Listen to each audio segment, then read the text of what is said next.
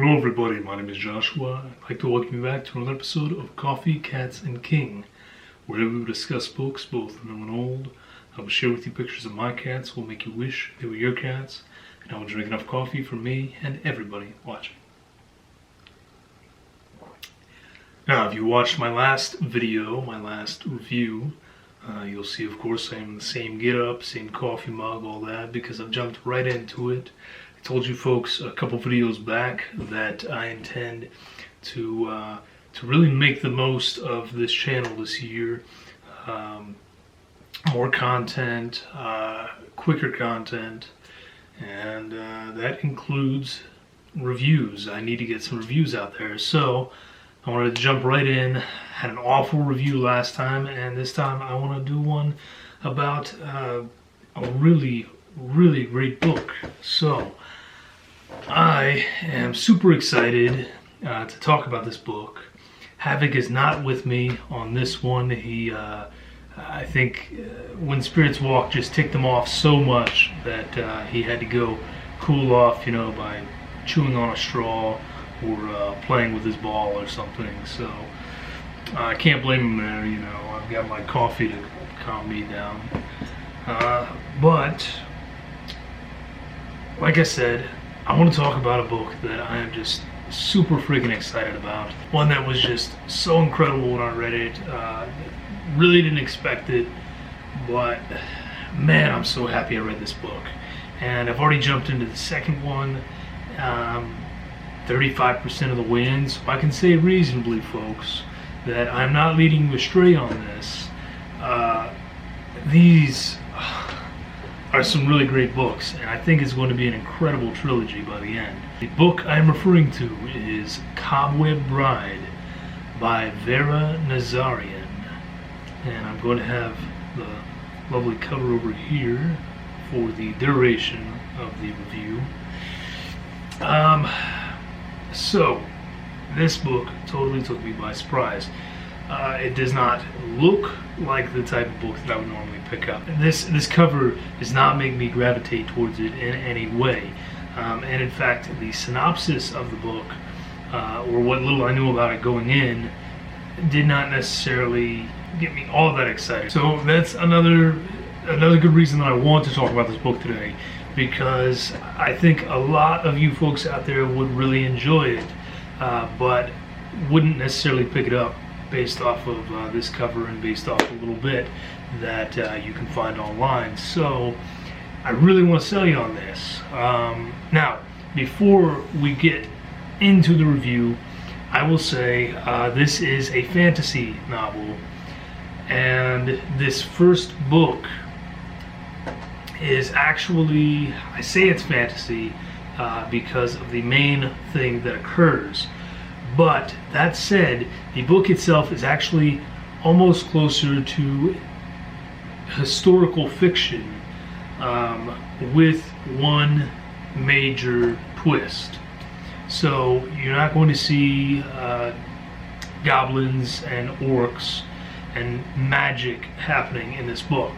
That's not what this is about at all. Aside from one particular event, albeit a huge event, none of that exists here. Everything else is just true to life and feels almost historically accurate. So, with that out of the way, those of you that are still willing to give it a chance, let me try to sell you on this book. Let's start with a little teaser about what makes this such a great read. So, basically, the book starts off with this strange event occurring where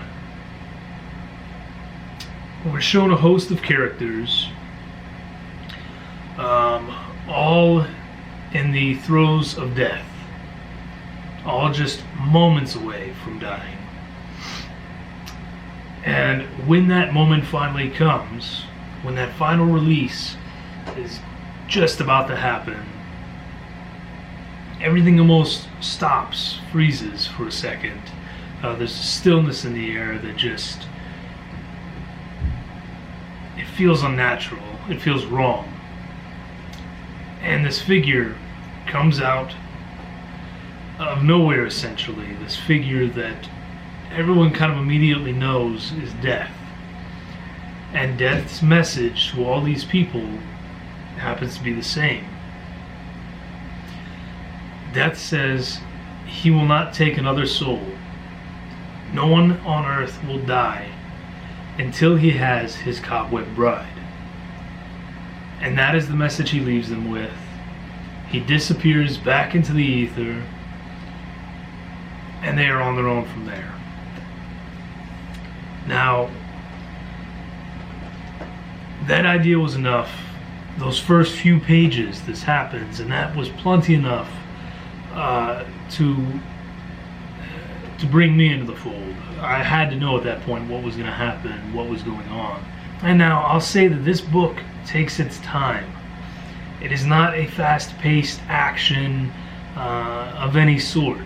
This book is slow and plotting and plotting, because there are so many layers built up that you don't realize are building up. And I say this because, as I've said, I've finished the first one and I'm about 30-35% into the second one, and I'm realizing that there are so many things that were set up for this second book, and I'm positive it's going to be the same for the third, where the author knew from page 1 of book 1 this is what was going to happen 200 pages into book 3. And to me, that kind of thing is always astounding. The only time I see that is like when you pick up a Brandon Sanderson book, you know? And anyone who reads fantasy, you know that guy is freaking king of the castle. So that is high praise. This book, as I said, it's very much layered. It is very slow. It lets you take time to come to the realization of just how awful this is. It sounds like a simple enough thing. There's no more dying. But then you start getting introduced to these characters. You're introduced to a grandmother who basically is now spending every moment in her last gasp, her last dying breath. And it just keeps happening and keeps happening and keeps happening, and it's going to keep happening until death receives his Cobweb bride. You're introduced to these two armies that are in battle, and people are being chopped up and split open, and they're falling down into the ice, into the water, but then they don't die. So you have heads that are being cut off, and the bodies are laying there flopping around, and this head, this person who is still feeling the pain, who is still completely conscious of everything going on, his head is sitting 10 feet away, staring at his body. I mean, the absolute horror is just astounding. And Miss Nazarian writes it in such a beautiful and detailed way. I mean, I was blown away. And it's just, these descriptions feel so incredibly real. About this soldier falling through the ice into the water, and he has his armor on, and he's drowning, and he's drowning, and he can't stop drowning. There's no relief. There's just pain, infinite pain, and he's looking up, and he can see the sky above him and see through the water, but his armor has him so weighed down that he can't move. So he's not just spending every second drowning. And to me, that was such a powerful and disturbing image that I just thought, my gosh, this is better than half the horror that I've read. And Miss Nazarian, like I said, the description is just so incredible. And the attention to detail is wonderful. And not just in that, but in everything. She takes time to mention these girls who are traveling along. She takes time to mention, them stopping for bathroom breaks. This girl is getting sick from the weather, and this one has developed a cough, and they're having issues because, this one, her feet are blistering from walking. Of course, you probably want to know why these girls are walking and why they're doing all this. Well, when death makes his decree, the king makes another, and that is all the young folk, all the young women anyway, who could possibly be this Cobweb bride, are to go to Death's Keep and present themselves as his Cobweb bride, so that the world can go back to normal and death can continue. Because it does not take long for people to realize just what an awful thing this is. All these girls band together and they're all going to Death's Keep. Now, they don't know where Death's Keep is, of course. And along the way, they meet a princess who died, who was assassinated the day that Death quit, essentially. She was stabbed through the heart, and she is now basically just a cold walking corpse. And the thing about these corpses is that they're still alive, of course, in person. Their bodies are dead, and they still feel the pain from their death, and they feel all of these things. But again, the attention to detail is wonderful. It's winter when this occurs, so this princess that's traveling with them, because her blood is not flowing properly, they have to keep constant watch over her, because her body will literally freeze as it's trying to go into rigor mortis. Her body is freezing because there's no blood flow, and so they constantly have to keep her wrapped up and keep her in the caravan wagon thing that they're going with, and they have to watch her for these reasons. Little things like that. One of the most astounding parts for me, something that I was just becoming accustomed to the horror of the fact that people could die. Well, then you realize that death does not say no person will die. I won't take another person. He says I won't take another soul. I will not take another living thing. And soon it comes to pass, it comes to realization that, he wasn't just talking about humans, he was talking about all living creatures. So people start realizing that the meat that they are eating, there's something very, very wrong with it, because despite the fact that it's been cut up and cooked, it's still alive. These little pieces of flesh of whatever animal it may be, they're still quivering and shaking and moving and bleeding, and they're still alive. These little pieces are still alive because the animals can't die either. And they can't eat their bread because the grain is living. And so it doesn't matter how you try to burn it. It just doesn't work right. It doesn't act right. It's so unnatural. And that to me was one of those little things I wouldn't have even thought about it. Who thinks of the fact that this grain and these flours and these spices they use are living things, or were living things, and it just blew my mind when I realized that. And it became the most horrific thing because, already in my head I was like, my gosh, this is awful. These people can't die. They're just feeling death over and over again, and it can't end. But then you realize the absolute horror of being one of these creatures, being a pig that's been cut up, and it's in 1,000 different places, and this thing is still alive. And it just freaked me out, man. I mean, I read a lot of horror, but to me, that was so much more horrific than anything that I've read in recent time. And Miss Nazarian just kept throwing stuff at me like this, and just kept blowing my mind with these little details, with these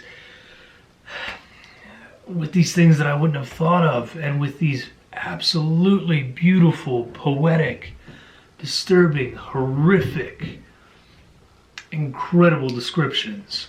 I mean, it just... everything about this book is just so amazing, guys. Is it slow? Yes. Is it plotting? Yes. Does it sometimes feel like there's not much going on other than these people just walking and talking? Well, yeah.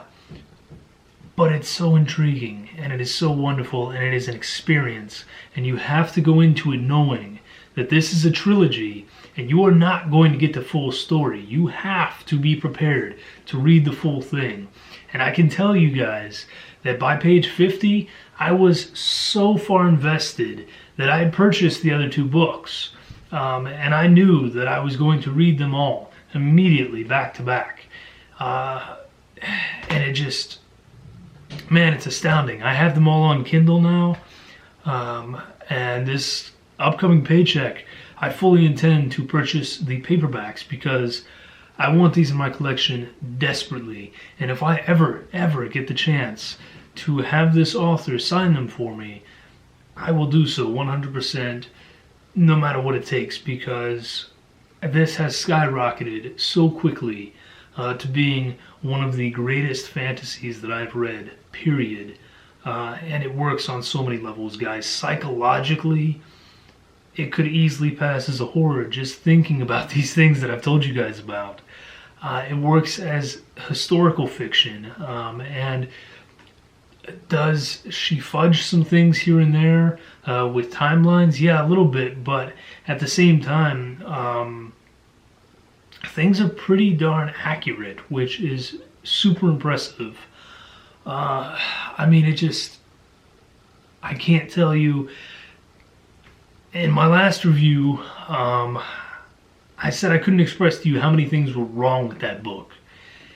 In this review, I have to say the opposite. I can't tell you how many things are right with this book. The writing is just so beautiful and elegant and eloquent, and I love every second of it. I love every second of it. I immediately jumped into the next one, and I'm enjoying the heck out of it, and I cannot wait to keep going with this series, guys. It is so incredible. Please, do yourselves a favor. Give this book a chance. I think the first one is like $3, okay? So, please, anyone who watches this video who is willing to give this book a chance, we can do this one of two ways. You tell me that you want to read this book, and I will pay the $3 to make sure that you get this book and you can read it, or purchase it. And if you are not immediately satisfied, then you tell me, and I will give you the money back, because I want others to read it. It is so incredible, and I'm at a loss for words to explain to you how much I love this book. It's so great, guys. If I haven't convinced you at this point, then I'm sorry that you've wasted your time on this video, but I have tried to do what I can to tell you just how amazing Cobweb Bride is. So, thank you guys for watching. Thank you, Miss Farah Nazarian, for writing this incredible trilogy. I can't wait to get to the rest of it. And yeah, guys, awesome stuff. Please give it a try, please, and let me know what you think. If you have any more questions about the book, please ask them down below, and I will gladly answer. And that'll do it for today. Thank you all for joining me. I will be back again soon with another video, probably a tag video next. Get one of those in there. It's been a while, and I have a couple to do. And that'll do it. Thank you.